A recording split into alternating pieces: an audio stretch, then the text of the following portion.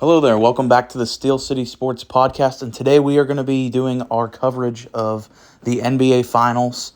Now, I do want to do a reaction to each game after they happen, so definitely stay tuned for those. But today they start at 8:30, so I thought it would be a good time to do our breakdown and predictions for the NBA Finals. So if you're not familiar with how my breakdowns work, we basically go through the starting lineups, the bench, the coaches, and then we look at the team's history of this year. And in this case, we'll be taking a look at the teams that these two teams beat in the playoffs thus far and kind of review those series. So let's get started, obviously, with the starting lineups here.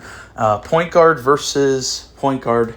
Jamal Murray versus Gabe Vincent. Obviously, this is a clear advantage for the Denver Nuggets. And the Miami point guards, they have done a really good job in this postseason run, especially Gabe Vincent and Kyle Lowry, just of playing their role very well. They've been efficient, and a big reason for this Heat run is just the role players stepping up. That's not even the point guards. That's just the role players in general with this team. Whereas with the Nuggets, Jamal Murray's a vital piece to this team. I mean, there's a reason why the last two seasons he was injured for the playoffs, the Nuggets didn't really go that deep, It's just kind of, I don't think it's a coincidence that in 2020 he's healthy, they go to the conference final. 21 he's hurt, they lose in the second round. 22 he's hurt, they lose in the first round. Now he's back and they're in the final. So I just think that that's interesting. Obviously Jokic is the superstar. This is his team, but Jamal Murray is a vital piece to this. He's not a great playmaker, but he doesn't need to be. That's not his role on this team. Whenever you're playing with the best passing big man of all time, you don't need to be a pass-first point guard. He is just a lights-out scorer, an absolute bucket getter, and he is the clear advantage over Gabe Vincent. At the 2 position, we have KCP versus Max Strus. Now, Max Strus has been hot during this playoff run, but I have to give this to KCP. He is arguably the best 3-and-D role player in the entire NBA, which is extremely valuable given every team wants to have these types of players that are 3-and-D players. I mean, they're so valuable. If you just do those 2 things in the league, even if you can just shoot, you're going to get paid. But if you're 3-and-D, you're extremely valuable. And KCP is just the perfect fit on this team because he does not need the ball. There's other players on this team that are obviously better at getting their own shot, but when it comes to just catching and shooting the ball, he's one of the best players in the league at that, and he's still a really high-level defender, so I take him there over Strus. At the 3, we have MPJ versus Jimmy Butler. Of course, MPJ is a great player, but no match for Jimmy Butler. Jimmy Butler is, I would say he's proven that he's a top 5 player in the NBA at this point. I don't know how you can really argue against that. Just given, look at the team that he has around him. I mean, look at these names. Gabe Vincent, Max Strus, Caleb Martin, and Bam. That's his starting lineup. He got this team to the NBA Finals. Like, how could you not acknowledge that? I know Spoelstra has a lot to do with that. We're going to talk about him, of course. But Jimmy is when you're just talking about MVP, when you think about what MVP should mean, most valuable player, Jimmy Butler's the most valuable player in the league because you take him off the Heat, they're like a lottery team. Like, they're one of the worst teams in the league. His value can just it can't be stated how valuable he is and how great he's been throughout this run. At the 4 position, we have Aaron Gordon versus Caleb Martin. And Caleb Martin, again, another role player who's really stepped up for the Heat during this run. But, again, I just can't take him over Aaron Gordon. Aaron Gordon is one of the most physical defenders in the league. He's an absolute physical specimen, one of the stronger players in the league. He has a super high bounce, can even hit a shot now and then. Very versatile player, again, kind of similar to KCP with his versatility. And then the 5, of course, Jokic versus Bam. We all know Bam is a great player, but Jokic is a back-to-back MVP for a reason. He's been absolutely insane during this playoff run. So he, of course, wins the center matchup. I mean, he is just an absolute monster.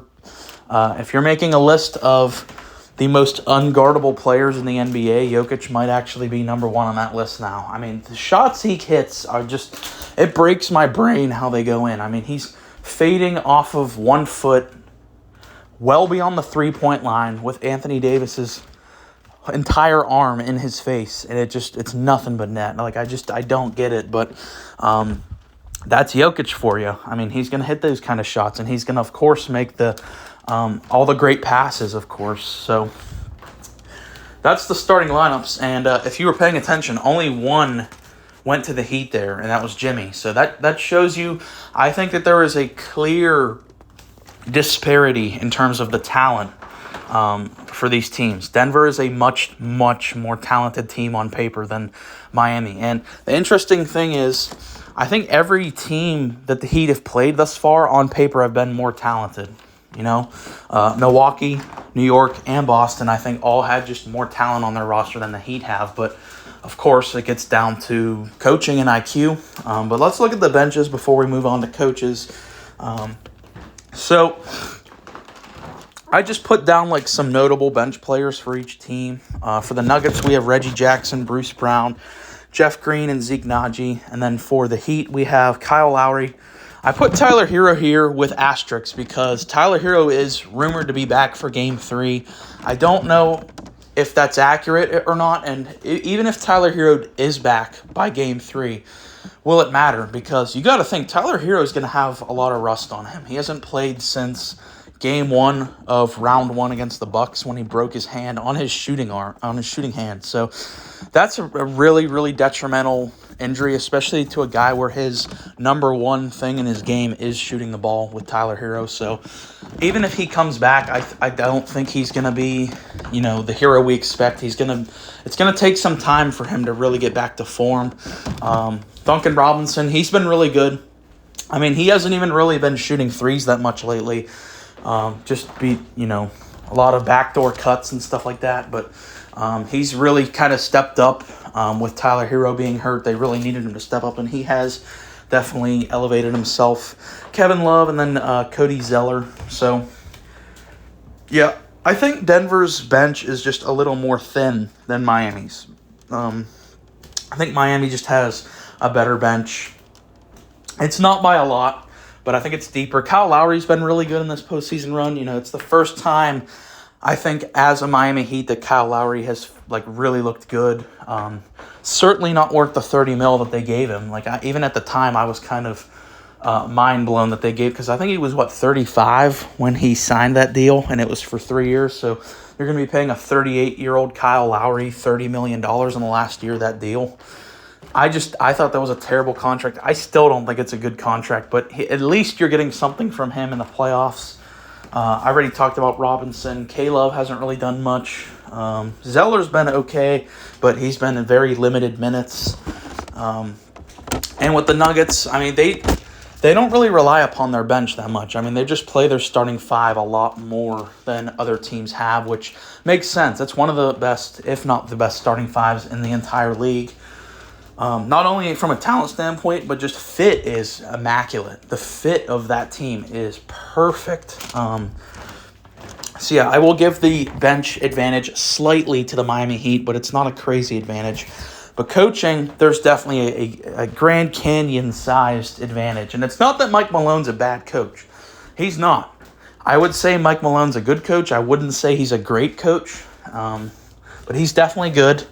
But Eric Spoelstra is the best coach in the NBA. It's not even really that close. I mean, you saw what he did to Mike Budenholzer in the first round. Just absolutely outcoached him. And I said a little bit before in this video that talent-wise, the Heat have never had a talent advantage on any of these teams in the playoffs. It all comes down to IQ and coaching. Spoelstra has coached his mind out here. I mean, this is such an unprecedented run, especially if the Heat go on to win this title. They'd be the first 8 seed to ever win the title, and that's, Spoelstra and Jimmy, I think, get basically all the credit.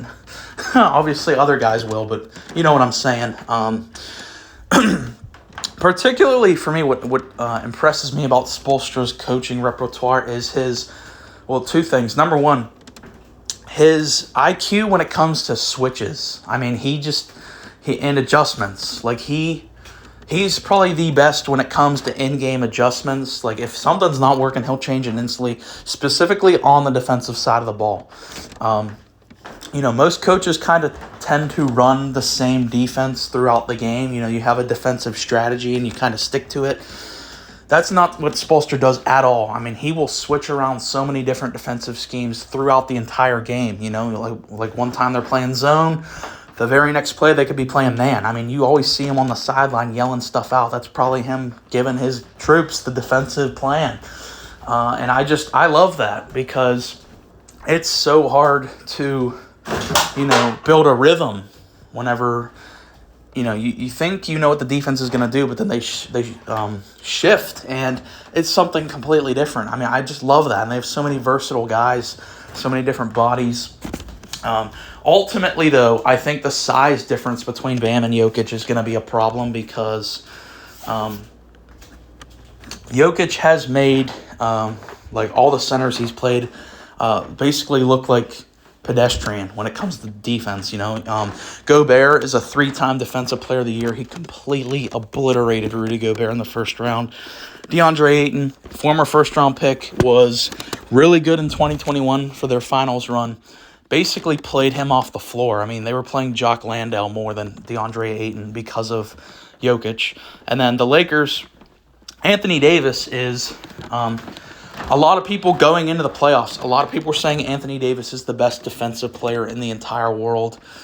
I even heard some people say he was the best player in the world after they beat the Warriors, which I think is ridiculous. But he had that narrative out there, and he absolutely torched Anthony Davis. Like, if Anthony Davis can't stop Jokic, there's no one on the planet that can. I mean, because what you would need essentially to stop Jokic is a really tall guy who's versatile, and it just doesn't exist because you have a really tall guy like Gobert, but he's not versatile at all. You take him out to the perimeter, and he gets exposed every time. Or you have a versatile guy like, let's say, a Bam, who he's going to be playing up against, but he's extremely undersized at 6'8". So there's no type of way to defend Nikola Jokic. As good as I just said Spoelstra's defensive scheme has been, Jokic is just the most unguardable player in the league, and even if he is being guarded well, he has the IQ to make the pass. So he has a case to be the best player in the world just for that reason. I already kind of touched on Denver's paths, but we will take a look at their paths. And the thing that I find interesting about this for the Heat is they're obviously the clear underdogs in this series. Of course, they're the 8th seed, but you look at the teams that they've beaten. If Milwaukee was in the finals, they beat them. Or if Boston was in the finals, they, of course, beat Boston. Wouldn't those two maybe even be favorites in this series? I find that very interesting. Like, I think for sure if Milwaukee was in the finals, they would be the favorite over Denver. Boston maybe not, just because of how it played out. The fact that they went down 3-1, they probably wouldn't be favorites, but I mean, going into the playoffs, Milwaukee and Boston, they had the best odds to win the finals. And Miami beat both of those teams. And New York was a really good team as well this year. And they destroyed all those teams. I mean, I think that they've had a much more impressive run in terms of the teams that they have beaten than the Nuggets. I mean, the Nuggets have definitely had a pretty impressive run as well. Minnesota, the first round. They got them out of there in 5. Phoenix in 6. And they were not competitive games at all. I mean, they wiped the floor with Phoenix. And then, of course, sweeping the Lakers, which I don't think anyone would have saw. I mean, I think a lot of people picked Denver to win that series, but the fact that they swept the Lakers just shows you how good this team is. So with all that being said, all that rambling I just did, what does that all mean for this series? What's my official prediction? Well, you might be able to tell which team I'm leaning towards. It pains me to say, but I think the Denver Nuggets are going to win this series. It pains me because I'm a massive Jimmy Butler fan. Ever since I started watching the NBA, I've loved Jimmy, and especially his run in the 2020 bubble where he carried that team to the finals. And, like, there's that famous picture of Jimmy where he's over on the sideline, like, crouched over, just completely gassed because he was doing everything that series. Dropped 2 40-point triple-doubles in that finals. I really, really, really want Jimmy Butler to get a ring. I mean, I don't think anyone in the league deserves it more than him because there's a lot of people in the league that just don't care about basketball. They get their money. They don't care. Wink, wink, Ben Simmons. But Jimmy, I mean, you can tell he lives for this. He loves the game, and I just think a guy like that I'd love to see win a ring. But ultimately, just for, you know, all the stuff we talked about here, I'm going to go with Denver in 6 games. I think that is a pretty fair prediction. Miami will win a couple just off of their IQ, off of coaching, off of Jimmy. And I hope I'm wrong. I hope Hero comes back and just torches them. But this kind of looks like how it's going to play out for me. But that has been my 2023 NBA Finals predictions and breakdown. Please, if you made it this far, go down to the comments and let me know your prediction. I really want to know. And please feel free to leave a like and subscribe. Thanks for listening.